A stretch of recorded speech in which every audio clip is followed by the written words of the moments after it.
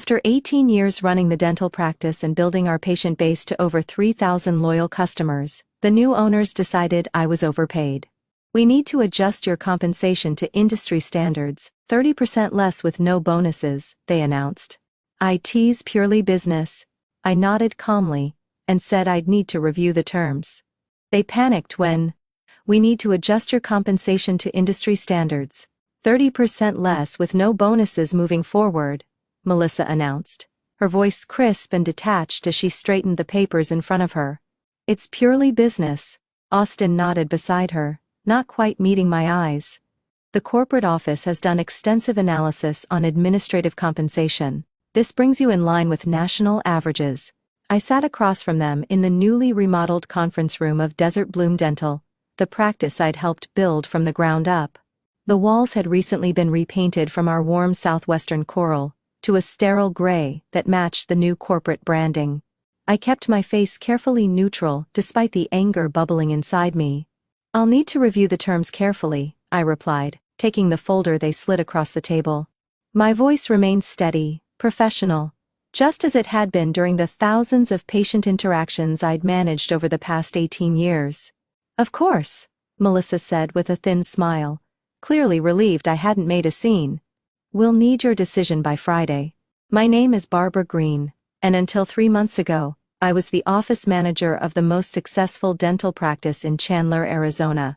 For nearly 2 decades I'd worked alongside Dr. Franklin Hughes, building Desert Bloom Dental from a struggling 2-chair operation into a thriving practice with 6 treatment rooms and over 3,000 loyal patients. When Dr. Hughes announced his retirement last year, the staff had been nervous but hopeful.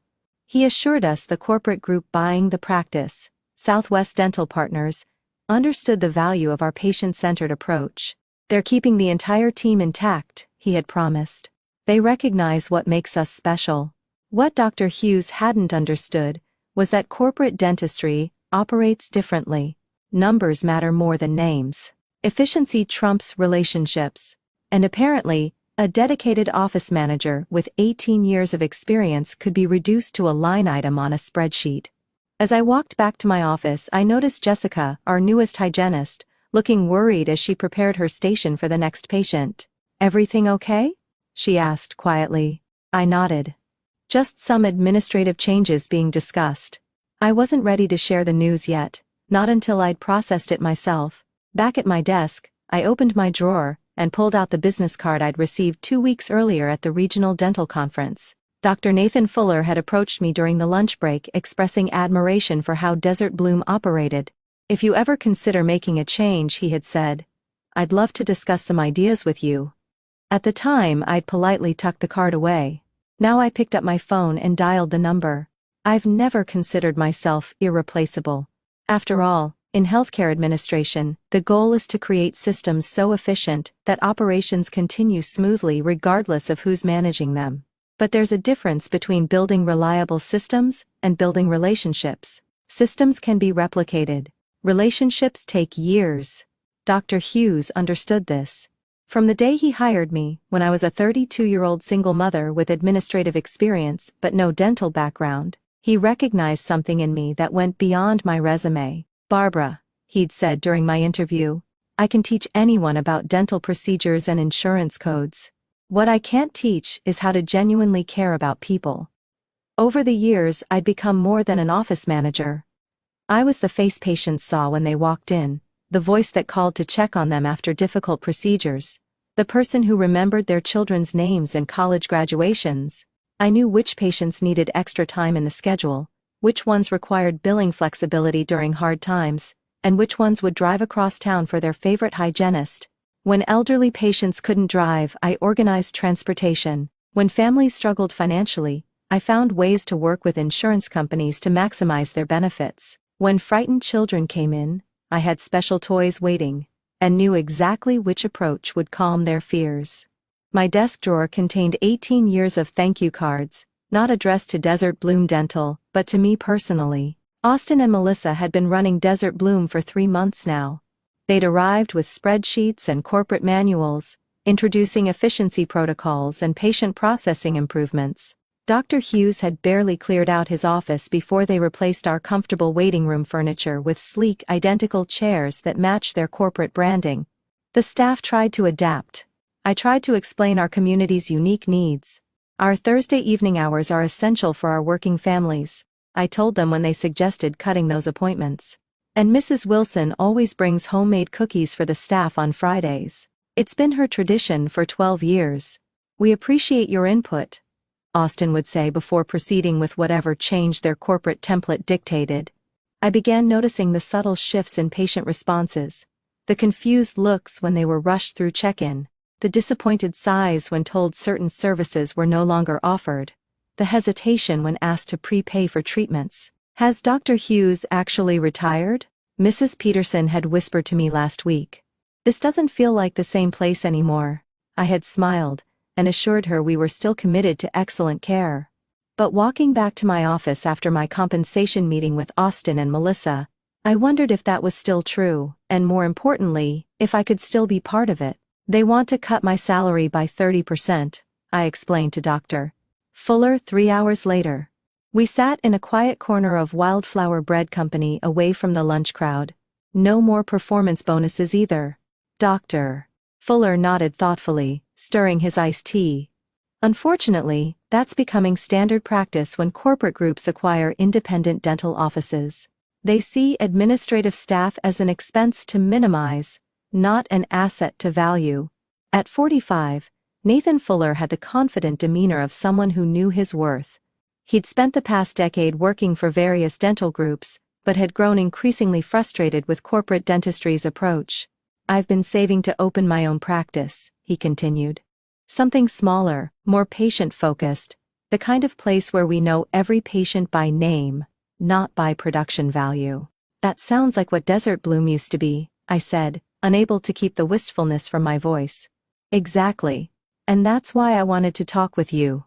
He leaned forward. Barbara, I've asked around. Everyone in the Chandler dental community knows you're the one who really built Desert Bloom. Dr. Hughes was an excellent dentist, but you created the experience that kept patients coming back. I felt my cheeks warm at the unexpected praise. We were a team. A team you coordinated, he insisted. I'd like to propose a partnership of sorts. I have the clinical skills and some capital, but I need someone who understands how to build and maintain a thriving practice. He paused, watching my reaction carefully. Someone like you. I blinked, surprised by the directness of his offer. Are you offering me a job? I'm offering you equity, he clarified.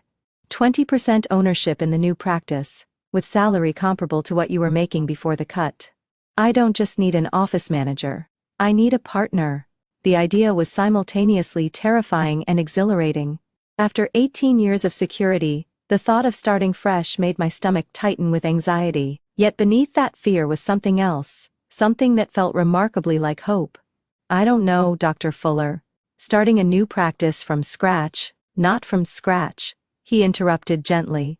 With your experience and community connections. With your understanding of what patients in this area need and want. I stirred my coffee, considering his words. Southwest Dental would see it as direct competition. His smile contained a hint of challenge. They should. On the drive back to Desert Bloom, my mind raced with possibilities and concerns. The practical side of me listed all the reasons to simply accept the pay cut. Job security, familiar surroundings, no disruption to my comfortable routine. I was 50 years old. Was this really the time to take such a risk? Yet as I pulled into the parking lot and saw the new corporate signage that had replaced our familiar Desert Bloom logo, something hardened inside me. This wasn't just about money. It was about 18 years of dedication being reduced to a line item on a corporate balance sheet. My phone buzzed with a text from Dr. Fuller. No pressure, but the vacant office space next to Desert Bloom just became available. Perfect location. Just saying. I couldn't help but laugh at the audacity and the perfect poetic justice of his suggestion. You're considering what? My daughter Catherine stared at me across our kitchen table, her fork suspended midway to her mouth. At 28, she had inherited my practicality and caution, which made her reaction to my news entirely predictable. Opening a new dental practice with Dr. Fuller, I repeated, trying to sound more confident than I felt. As a partner, not just an employee. Mom, You've worked at Desert Bloom for nearly 2 decades. You're talking about competing directly against your former employer. Isn't that, I don't know, risky? I poured more iced tea into our glasses, buying time to organize my thoughts. Our Sunday dinners had always been a safe space for honest conversation, and I needed that now more than ever. It's definitely risky, I acknowledged. But staying at Desert Bloom means accepting that my 18 years of service are worth 30% less than they were 3 months ago. Catherine's expression softened. I get that it's insulting, but starting a business at 50, next door to your current workplace, that seems extreme, even for you. I smiled wryly. Even for predictable. Play it safe, Barbara? You know what I mean? She reached across the table and squeezed my hand. I just don't want to see you get hurt professionally or financially. Her concern was valid. I'd spent my adult life making careful, measured decisions. After her father left when she was 6, I'd prioritized stability above all else. Our modest home was nearly paid off. My retirement account was growing steadily. I'd established a comfortable, if not exciting life. I've been doing some research, I said, pulling a folder from the sideboard drawer. Dr. Fuller has excellent credentials and a solid reputation. The location is perfect. Patients wouldn't even have to change their driving route, and I've run the numbers. I opened the folder to reveal spreadsheets I'd spent the weekend creating. Even with conservative estimates for patient transfer, we could be profitable within 9 months. Catherine raised an eyebrow, impressed despite herself. You've really thought this through. I have, I admitted. But there's something else. I took a deep breath. This isn't just about money, Catherine. It's about standing up for myself for the first time in a very long time. The following morning, I requested a meeting with Austin and Melissa. They seemed surprised by my calm demeanor as I settled into a chair across from them. I've reviewed your compensation adjustment proposal. I began using their corporate terminology. Unfortunately, I won't be accepting the new terms. Austin's relief was visible. I'm glad you're being reasonable, Barbara. The transition will be much smoother with your cooperation. I think you misunderstand, I interrupted gently. I'm not accepting the terms because I'm resigning. The stunned silence that followed gave me a small, satisfying glimpse of what was to come. Resigning? Melissa recovered first. Where would you go? You've been here your entire career. I'll be helping establish a new dental practice, I replied simply. Austin's expression darkened. Barbara, I remind you that your employment contract includes a non-compete clause. I smiled, feeling oddly liberated. I reviewed that with an attorney yesterday. The clause was in Dr. Hughes's original contract, but the terms weren't transferred properly when Southwest Dental took over. It's unenforceable. This wasn't entirely accurate. There was some legal gray area. But the momentary panic on their faces was worth the small deception. You can't seriously be considering competing against us, Melissa said. After everything this practice has done for you, everything this practice has done for me, I repeated, my voice finally betraying a hint of the anger I'd been suppressing. I built this practice. I'm not competing against Desert Bloom. I'm reclaiming what I helped create. As I stood to leave, Austin's voice took on a threatening edge. The corporate office won't take this lightly. They have resources you can't imagine. I paused at the door. And I have relationships you can't replace. The next 3 weeks passed in a whirlwind of activity. I worked my notice period at Desert Bloom with scrupulous professionalism, training my replacement, a nervous 24-year-old named Jennifer with a business degree but no dental experience, while simultaneously helping Dr. Fuller secure the lease on the adjacent office space. The irony wasn't lost on me. During the day, I maintained Desert Bloom's scheduling system and patient records. In the evenings, I designed a competing system for what would become Sunridge Family Dental. Do you think they suspect anything? Dr. Fuller asked one night as we reviewed floor plans for the new space. They know I'm leaving to work with another dental practice, I replied. They just don't know where yet. He grinned. The location is going to be quite a shock. It's a practical business decision, I said, echoing the corporate language Austin and Melissa had used so often. The demographic analysis supports it.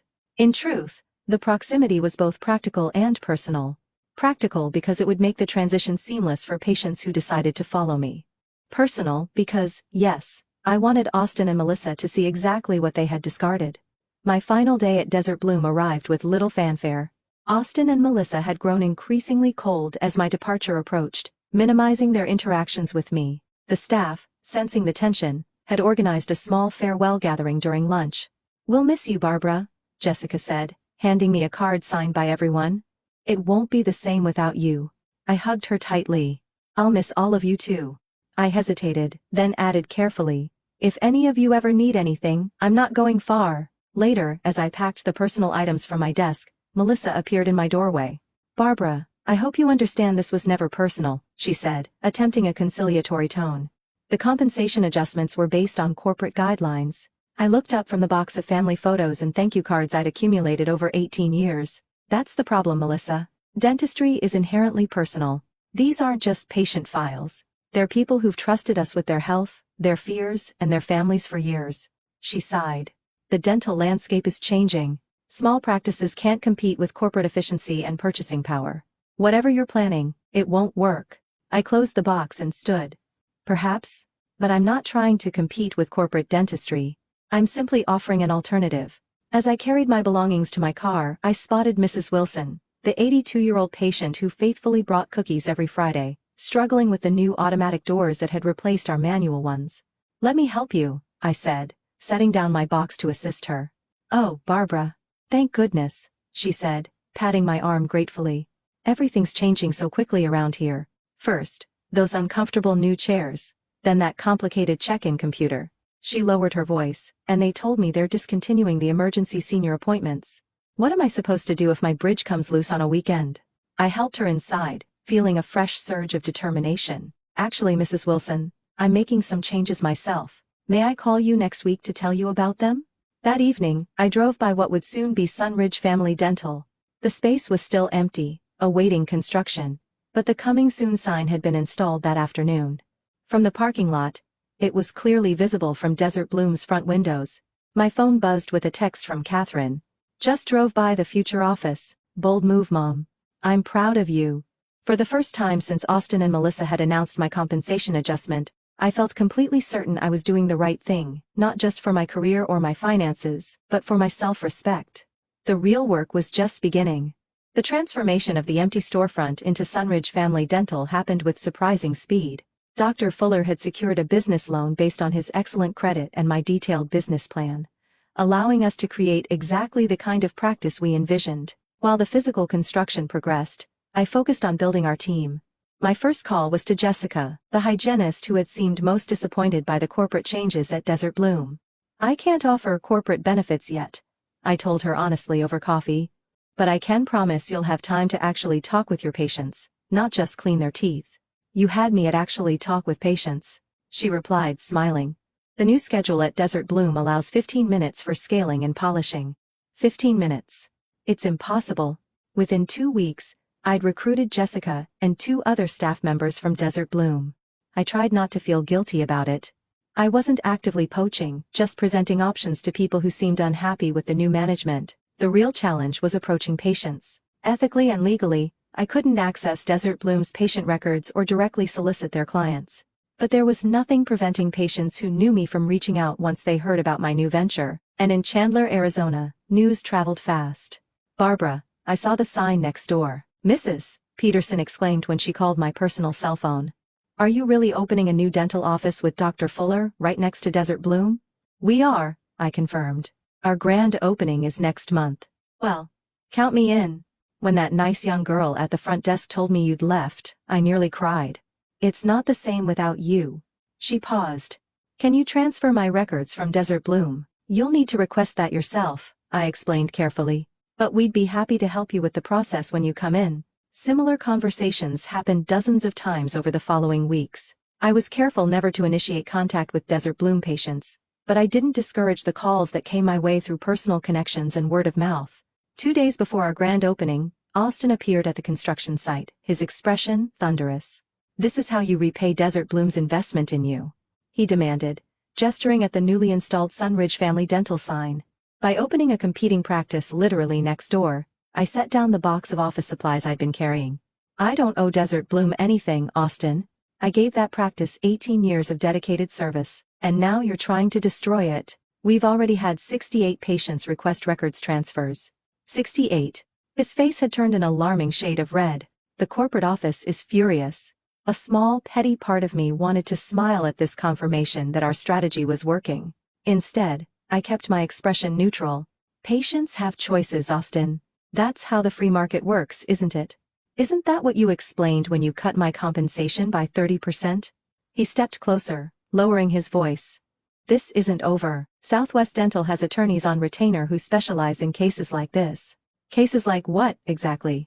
Dr. Fuller appeared behind me, his tall frame imposing despite his relaxed tone. A dental practice opening in a commercially zoned area. Patients exercising their right to choose their healthcare providers. Nothing illegal about that. Austin's gaze shifted between us. You've made a powerful enemy, he said finally. As he stalked away, Dr. Fuller turned to me with raised eyebrows. 68 patients already? That's impressive. It's just the beginning, I replied, watching Austin's retreating figure. The real test comes next week. I wondered if Austin and Melissa were finally beginning to understand exactly what and who they had undervalued. Opening day at Sunridge Family Dental exceeded even my most optimistic projections. We had scheduled 20 patient appointments, a reasonable number for a first day of operations, but the waiting room was consistently full as people dropped by to see the new office and welcome me to my new role. By lunchtime, we had scheduled 47 additional appointments for the coming weeks. By day's end, that number had risen to 83. This is unprecedented, Dr. Fuller said as we reviewed the day's numbers. I've never seen a new practice generate this kind of immediate response. I smiled, thinking of the 18 years of relationships that had created this moment. It's not about the practice. It's about trust. From my new office I could see directly into Desert Bloom's waiting room, now conspicuously empty. Throughout the day, I'd spotted Melissa watching our bustling reception area, her expression growing increasingly concerned. At 5 p.m., Jennifer, my replacement at Desert Bloom, appeared at our front desk looking nervous. Hi Barbara, she said hesitantly. I was wondering, do you need another administrative assistant?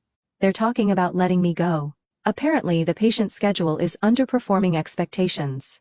I felt a twinge of sympathy for her. 3 weeks into the job? She nodded miserably. Austin says it's my fault for not maintaining patient retention, but they keep changing the systems and cutting appointment times. Mrs. Wilson yelled at me yesterday when I told her we couldn't accommodate her emergency visit. I thought for a moment. We hadn't budgeted for additional administrative staff yet, but Jennifer deserved better than being scapegoated for Austin and Melissa's failures.